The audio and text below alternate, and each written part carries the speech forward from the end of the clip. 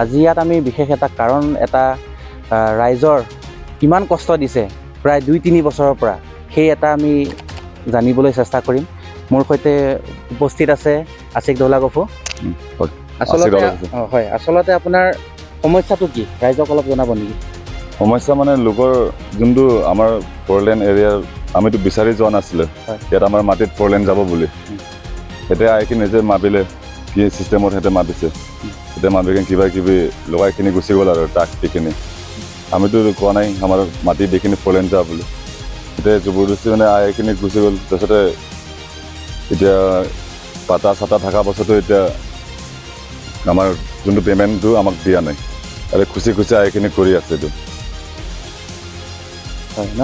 কিন্তু আচলতে এই ঘটনাটো কেতিয়াৰ পৰা হৈছিল মানে কেতিয়াৰ পৰা আপোনালোক এই অশান্তি দিছিল?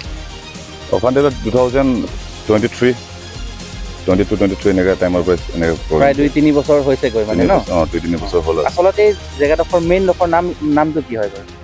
এইটো মোহনবিজ হাইস্কুল বেক চাইডত হাইস্কুলৰ বেক চাইড তাৰমানে এইটো হ'ল এতিয়া 4 লেন পাইছে তেতিয়াৰ পৰা মানে অসুবিধাটো আপোনালোক পাইছে? হয়। আপোনালোকৰ কিমান মাটি আছিলে কিমান বিঘা? আমি 20 বিঘা মাটি আছিলে। 20 বিঘাৰ পৰা কিমান বিঘা পৰিছে?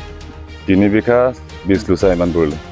আমাৰ ওচৰৰ যোনটো বাউণ্ডাৰী সিহঁতৰ হৈ গ'ল কিন্তু আমাৰ হোৱা নাই। আমাৰতে মানে ফৰেষ্ট পৰিছে বুলি কৈছে ফৰেষ্ট এৰিয়া বুলি মানে এই মাত্ৰ লেণ্ডটোৱে ফৰেষ্ট এৰিয়া বুলি এইটো খালি এইটো মোৰ মাটিহে মানে ফৰেষ্ট এৰিয়া 3 বিঘা 30 লুচাটোহে মানে ফৰেষ্ট এৰিয়া পৰিছে 20 বিঘাৰ মাজত আৰু বাদ বাকী মাটিটো ফৰেষ্ট এৰিয়া নহয়। আপোনালোকে কি কৰিছিল নিজৰ ৰাইটছটো পাবলৈ কাৰণে? ৰাইটছৰ কাৰণে বহুত কথা আমি অফিচত গৈছোঁ কাউন্সিল অফিচত গৈছোঁ গুৱাহাটীলৈকে গৈ পাইছোঁ কিন্তু মানে একো আমি কেয়াৰ কৰা নাই আমাক কেয়াৰ কৰা নাই। আপোনালোকে কোৰ্টত গৈছিলে নেকি? কোৰ্টত গৈছে হাইকোৰ্ট দিয়া আছিলে মানে হাইকোৰ্ট দিয়াটো 22 এনেকুৱা টাইমত গৈছে। তেতিয়াৰ পৰা আজিলৈকে মানে সেইটো পৰ্যায়ত আপোনালোকে একো সহায় সহযোগিতা পোৱা নাই? একো পোৱা নাই। তাৰপিছত কাউন্সিলত গ'লে কি কয়? কাউন্সিলে কৰি দিম বুলি কৈছে মিলামিতি কৰিব বুলি কৈছে কি চিষ্টেমত মিলামিতি কৰিব আমি বুজি পাৰাই নাই। ইমান ডাঙৰ এডোখৰ মাটি সেয়া গোটেই ৰাস্তাটো এতিয়া মাজত এডোখৰা মাটিৰ কাৰণে ৰখি আছে আজি সেইটো যদি কাউন্সিলে ভালেকৈ যদি চাই দিলেহেঁতেন সময়ত আজি তেনেকুৱা নহ'লেহেঁতেন থাকে। কিন্তু এই গোটেই কথাটো আমি 3 বছৰৰ পৰাহে এনেকুৱা এটা ঘটনা হৈ আছে বুলি আমি জানিবলৈ পাইছোঁ। সেইটোৰ বিষয়ে তেখেতৰ দেউতাক আছে মোৰ লগত উপস্থিত তেখেতক আমি সুধিম। আপোনালোকে এতিয়া মেইন কিবাটো মানে যোনটো আপোনালোকৰ মূলটো সেই মূলধনটো পাবলৈ কাৰণে আপোনালোকে চেষ্টা কৰিছেনে?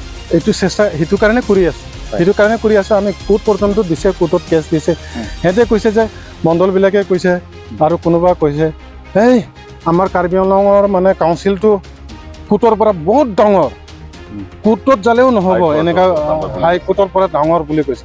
আমি কৈছে হাইকোৰ্টটো মানে একটা ইণ্ডিয়ান চৰকাৰে একটা বনাইছে তাতেকৈ ডাঙৰ বোলে কাউন্সিল কৈছে আমাৰ অট'নমাছ কাউন্সিলটো বহুত ডাঙৰ এনেকুৱা মানে এইটো হাইকোৰ্টৰ কথা নামানে বুলি কৈছে কেছ দিব নালাগে আপোনালোকে কেছ দিলেও লাভ নাই এনেকুৱা কয়। কাউন্সিলৰ পৰা আহি পেলাই মানে আজি কাউন্সিল ফৰেষ্ট আৰু ধৰক মানে মণ্ডল অফিচৰ পৰা মানুহ NHIDCL পৰা মানুহ আহি পেলাই মানে আমাক নুবুচাকৈ আমাৰ মাটিত মানুহ নাথাকা অৱস্থাত সেইখিনি চিন দি গৈছে মানে মানুহক মানে গণ্য নকৰি নাই কৰাই নাই। মই আহি পেলাই সুধিলোঁ মোৰ মাটিত কি কৰিছে মোক নুবুচাকৈ আপোনালোকে কি কৰি আছে বুলি কৈছে। নাই আপোনালোকক খবৰ দিয়া নাই নহয় এইটোতো ইগৰাণী এনেকৈ কৈ আছে মোক পাতা দিয়াওঁতে মোক ৰিভিনিউ দিয়াওঁতে যে ৰিভিনিউটো আজিলৈকে দি আছে 13 বছৰৰ পৰা কমাৰ্চিয়েলৰ ৰিভিনিউ দি আছে আজি এনেকুৱা কৰি থৈ আছে। আপোনাৰ লগত মানে গোটেই সকলো ডকুমেণ্টছ থকাৰ পাছতো তেনেকুৱা কৰিছে? দেখাইছে এইটো ডকুমেণ্টছটো ডুপ্লিকেট বুলি কয় কেতিয়াবা মানে নহয় বুলি কয় কেতিয়াবা সিহঁতে ফুল হৈছে বুলি কয় কেতিয়াবা সেই যমুনা DCRFৰ মাটি এনেকৈ কয়। তাহাঁতৰ যিটো মানুহ যদি এইটো মানে নম্বৰ তাক যিটো মানে 6 জনৰ তাক দিয়া হ'লেতো হয় এইটোতো ফৰেষ্টো নহয় একো নহয় কিন্তু আমাৰ মাটি হ'লেতো এইটো ফৰেষ্ট হৈ যায় মানে কিবা হৈ যায় আৰু চৰকাৰৰ মাটি হৈ যায়। এতিয়া এপিল কি কৰিব কাৰ্বি আংলং অট'নমাছ কাউন্সিলক কি ক'ব? নিজৰ জেগাত আমাৰ প্ৰাপ্যটো পাব লাগে কাউন্সিল আমাৰ CM ছাৰে আমাক CM ছাৰৰ তাত যাব মানা কৰিছে যোৱা কাৰণেহে গুৱাহাটীত গৈ পেলাই আলোচনা কৰিছিলে। মোৰ ভাইটি একজন আৰু এজন বাইদেউ আছে সম্বন্ধ বাইদেউ ভণ্টি মানে সেই কৈছে মানে তাত যোৱা কাৰণে মানে আপোনালোকৰ মানে CM ছাৰৰ তাত যোৱা কাৰণে সেইটো কাগজটো নহ'ল আৰু এইটো কেঞ্চেল হৈ গ'ল বুলি ক'লে আৰু মানে এইটো এটা বদলা লোৱা টাইপত এইটো কাৰণে মই এইখিনি যাবও নোৱাৰে CM ছাৰৰ তাত যাবও নোৱাৰে লাহে ধীৰে হ'ব নেকি বুলি ভাবি পেলাই আজি কিবা আহিছিল নেকি ইয়াত? আজি আহিছে আজি আহি পেলাই চাওক আজি চিন দি গ'ল আমাক নুবুচাকৈ মোৰ মাটিত মই দুখত আহি মানে দেখিলোঁ যে এনেকৈ আপোনাৰ নিজৰ সম্পত্তিৰ ধনটো নোপোৱালৈকে আপোনালোকে কি কৰিব? আমি একটা আন্দোলন কৰিম, আমি একদম ইয়াতে লাগিলে মৰি যাম, আমাৰ মানে প্ৰাইজটো পাব লাগিব আমাৰ সেইটো মানে নিজৰ জেগাত যদি এনেকৈ কৰা খালে কেনেকৈ হ'ব? দুখ লাগে না। চিফ মিনিষ্টাৰকো বহুত মনত মানে বেয়া লাগেতো, মানে কি কৰিম কি নকৰিম হৈ যায়, হয় নহয়? জন্মৰ পৰা ইয়াত আছে, দেউতাৰ বাবালৈকে পৰা ইয়াত আছে, আমি কিমান চনৰ পৰা আছো মহন্দিজা এৰিয়াত।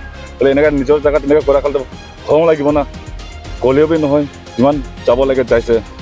এয়াই আছিল দুখৰ কথা। হয়, কাৰ্বি আংলং অট'নমাছ কাউন্সিলে যদি এনেকুৱা কৰিছে, সঁচাকৈ কি হয় কি নহয় সেয়া আমি জানিবলৈ চেষ্টা কৰিম। কিন্তু এইটো এটা আমি ভাবোঁ যে এটা ভাল ছ'চিয়েল মেছেজ নহয়, তেনেকুৱা কৰিব নালাগিছিলে হয়তো। কিন্তু সেয়া আহিবলগীয়া সময়ত কি হয় সেয়া আমি দেখুৱাব আকৌ চেষ্টা কৰিম। বৰ্তমানলৈকে ইমানতে, ধন্যবাদ।